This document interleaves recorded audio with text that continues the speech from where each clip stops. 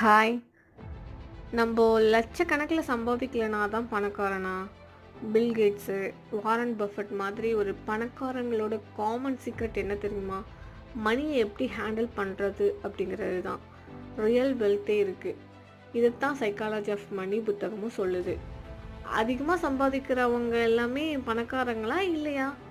நீங்க சம்பாதிக்கிறத விட, நீங்க எப்படி ஹேண்டில் பண்றதுல தான் உங்க வெல்த்தே டிஃபைன் பண்ணும். ரிச்சா இருக்கிறதுக்கும், வெல்த்தா இருக்கிறதுக்கும் நெறைய வித்தியாசம் இருக்கு. ஃபார் எக்ஸாம்பிள் ஒரு பெர்சன் ஒரு 1,00,000 சம்பாதிக்கிறாங்க. சம்பாதிச்சு எல்லாத்தையும் செலவு பண்ணிடுறாங்க. ஃபைனலா என்ன ஆகும்? 0 ஆயிடும். ஆனா, இன்னொருத்தர் வந்து ஒரு 50,000 வந்து சம்பாதிக்கிறாங்க. 20% சேவ் பண்றாரு. இதுல யார் வெல்த்தியா இருப்பாங்க? சேவ் பண்ற செகண்ட் பெர்சன் தான் வெல்த்தியா இருப்பாரு. வாரன் பஃபெட் ஏன் உலகத்திலேயே வந்து செகண்ட் ரிச்சஸ்ட் இன்வெஸ்டர் தெரியுமா? அவர் வந்து காம்பவுண்டோட ஸ்மார்ட்டை வந்து யூஸ் பண்ணாரு. கம்மியாக சம்பாதிச்சாலும் சரியா பணத்தை சேமிச்சு பணக்காரர் ஆகலாம் அப்படின்னு சொல்லிட்டு ஒரு ஒரு பெரிய எக்ஸாம்பிள் அவர். மந்த்லி ஒரு 5,000 எஸ்ஐபியில் போட்டால் 20 வருஷத்தில் 20+ லேக்ஸ் ஆகலாம். உங்கள் மைண்ட் செட்டை தான் மாற்றணும்.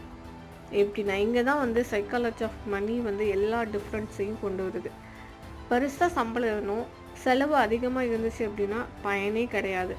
உங்கள் சம்பளம் அதிகமாக இருக்குது, ஆனால் செலவு அதை விட அதிகமாக இருக்குது அப்படின்னா நீங்களும் மிடில் கிளாஸ் தான். ரிச் பீப்புள்ஸோட வந்து ஒரு பெரிய சீக்ரெட் என்ன அப்படின்னா, ஃபஸ்ட்டு சேவ் பண்ணணும், தென் ஸ்பெண்ட் பண்ணணும். நீங்கள் சம்பாதிச்சதும் செலவு பண்ணாமல் முதல்ல சேவ் பண்ணுங்கள். ஸோ இதுலேருந்து என்ன சொல்ல வரேன் அப்படின்னா, நீங்கள் பணக்காரர் ஆகணும் அப்படின்னா எவ்வளோ சம்பாதிக்கிறீங்கிறது முக்கியமே கிடையாது.